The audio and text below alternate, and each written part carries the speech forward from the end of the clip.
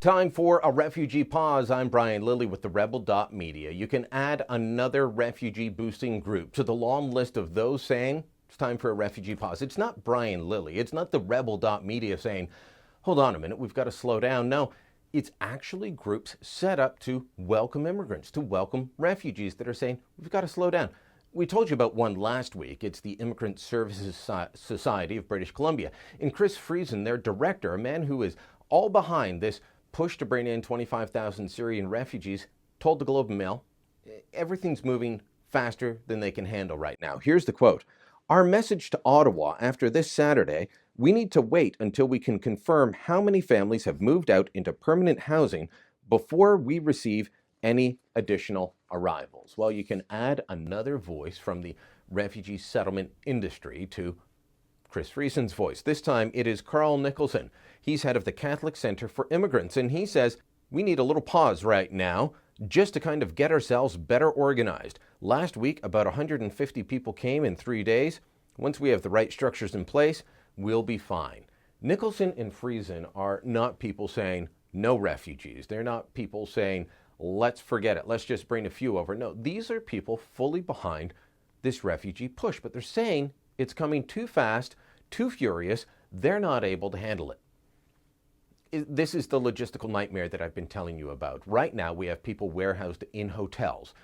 There's not enough housing for them. We have people going into slum districts of cities like Ottawa, probably Vancouver, Toronto, and Montreal as well.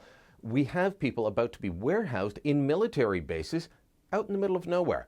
Now, think about that. If your goal is to help refugees, what good does it do it? What kind of welcome is it to pluck them out of Amman, Jordan, or Beirut, Lebanon, or wherever they are in Turkey, and bring them over here and warehouse them somewhere where they can't settle down, they can't put roots down, they have no connection to the community because they're not going to be staying there?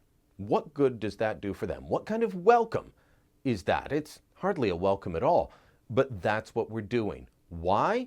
Not because it's the sensible thing, not because it's the best thing for the refugees, not because it is the best thing for Canadians or the budget that goes along with this refugee push. It's also Justin Trudeau can feel good about himself. Remember, the Harper Conservatives had promised 10,000 Syrian refugees. The NDP also said 10,000, that they'd do it quickly, and the Liberals said, we'll more than double that, we'll do 25,000 in just a few months' time. Now, of course, they've missed those targets.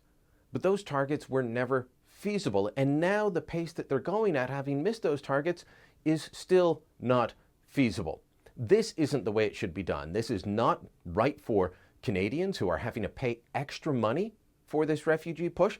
The hotels, the military bases, the contracts to feed people, this all costs far more money than we should be spending on this issue. We could be helping a lot more people with fewer dollars if we were doing it right. And it's not good for the refugees either. Like I said, it's hardly a welcome. What it does do, though, is allow Justin Trudeau to pat himself on the back and say how great he is. It allows him to send bureaucrats working overtime after overtime after overtime hour, people who gave up their Christmas holidays to get this done. But now it's leaving a logistical nightmare for the frontline staff. Again, all so Justin Trudeau can feel good about himself and maybe get a selfie or two along the way. Shame on you, Mr. Trudeau. Shame on you.